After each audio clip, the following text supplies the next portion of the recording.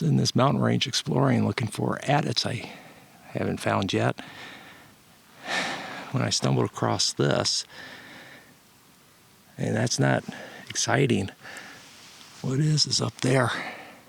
So I turned off the camera so I can hike up here. This is what I wanted to show you guys. It's a fumarole. There's another one right over there. And then there's a geoelectric power plant 10 miles that way.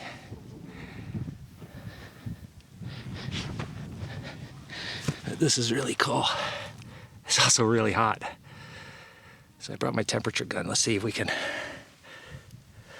The hard part is the sun. And the other hard part is getting my hand close so you can see. Hopefully you can.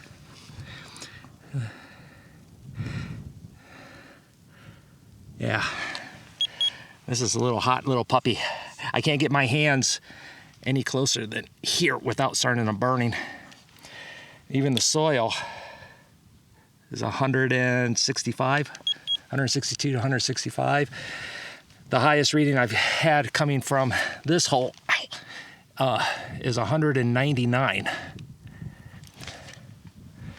I thought you guys might like to see this. This is just really cool.